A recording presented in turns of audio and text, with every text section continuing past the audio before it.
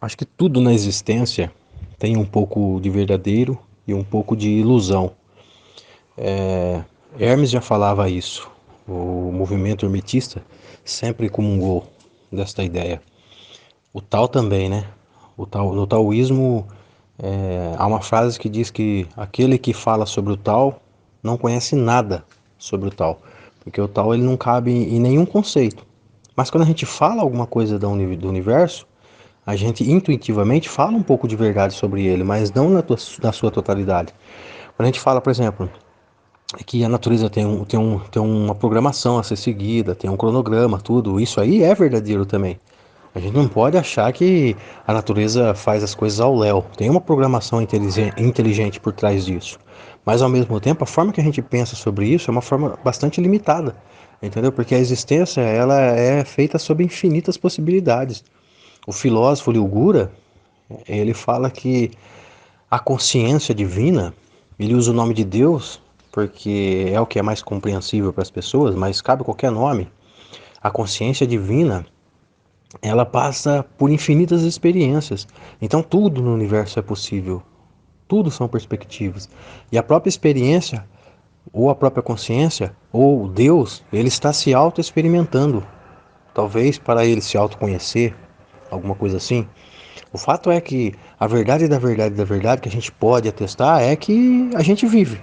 A gente está emaranhado na vida, imaginando como ela seria, imaginando as possibilidades, criando crenças, vendo o mundo de diferentes maneiras. Alguns veem o mundo como uma forma cruel e desequilibrada, alguns veem o mundo meramente como um jogo de videogame, alguns veem o mundo como meramente um palco planetário, um planeta escola, onde as pessoas estão pagando seus karmas.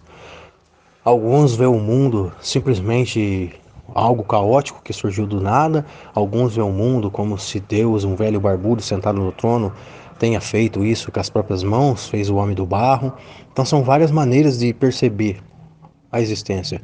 Nenhuma delas é tão verdadeira quanto a gente imagina, mas nenhuma delas também é tão ilusória quanto a gente imagina.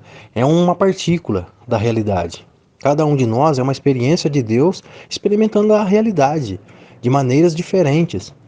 A gente vê uma mesma coisa, mas a gente pensa sobre aquela coisa de uma forma totalmente diversificada. É por isso que existem as crenças. Liu Gura já fala: ninguém pode garantir que eu estou vendo o vermelho como vermelho igual outras pessoas estão vendo. De repente, uma pessoa ela vê o vermelho, ela vê azul. Só que desde pequena ela condicionou que aquele azul é o vermelho para ela. Entendeu? Porque é uma outra configuração. Ninguém garante que, por exemplo, que os sabores dos alimentos é o mesmíssimo para todo mundo. E dá pra gente perceber que não é por causa desse lance de gostar e não gostar. A gente vai desenvolvendo certos paladares. Tem pessoas que comem maçã e ama maçã. Tem pessoas que não gostam de maçã nem a pau. Tem pessoas que adoram uma cebola na salada. Tem pessoas que se você colocar cebola na salada, você estraga o rango dela. Tem pessoas que não gostam nem de cheiro de cebola. Aí você vai. Mas como assim, pô? É uma cebola, é igual. É para tudo. Por que, que para uns é ruim e para outros é gostoso, entendeu? Isso serve tudo, né? A vida é uma experiência que de certa forma depende das perspectivas de cada um e que de certa forma tem um pouco de verdade, mas não é tão verdadeiro quanto a gente imagina. É, vale salientar que nós poderíamos entender a vida como preconiza o tal. Aquele que fala sobre o tal, na verdade não conhece nada sobre o tal, porque o tal não cabe em palavras. Ou aquele que fala sobre a vida, na verdade não conhece nada sobre ela, porque a vida não cabe em palavras. É feita de infinitas possibilidades.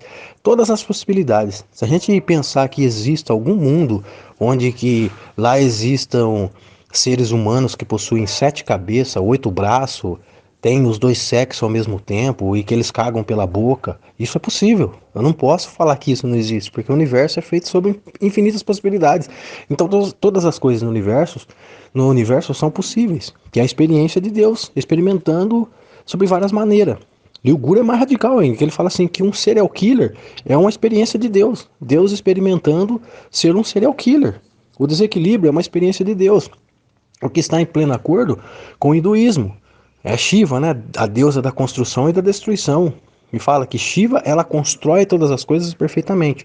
Chega um dado momento que ela fala, eu vou destruir tudo isso aqui. Então ela gera um caos. São concepções para a gente entender a realidade. Mas nada disso é tão verdadeiro quanto a gente imagina, mas a gente também não pode achar que essas perspectivas também são de todas ilusórias. São, como Hermes já dizia, meias verdades.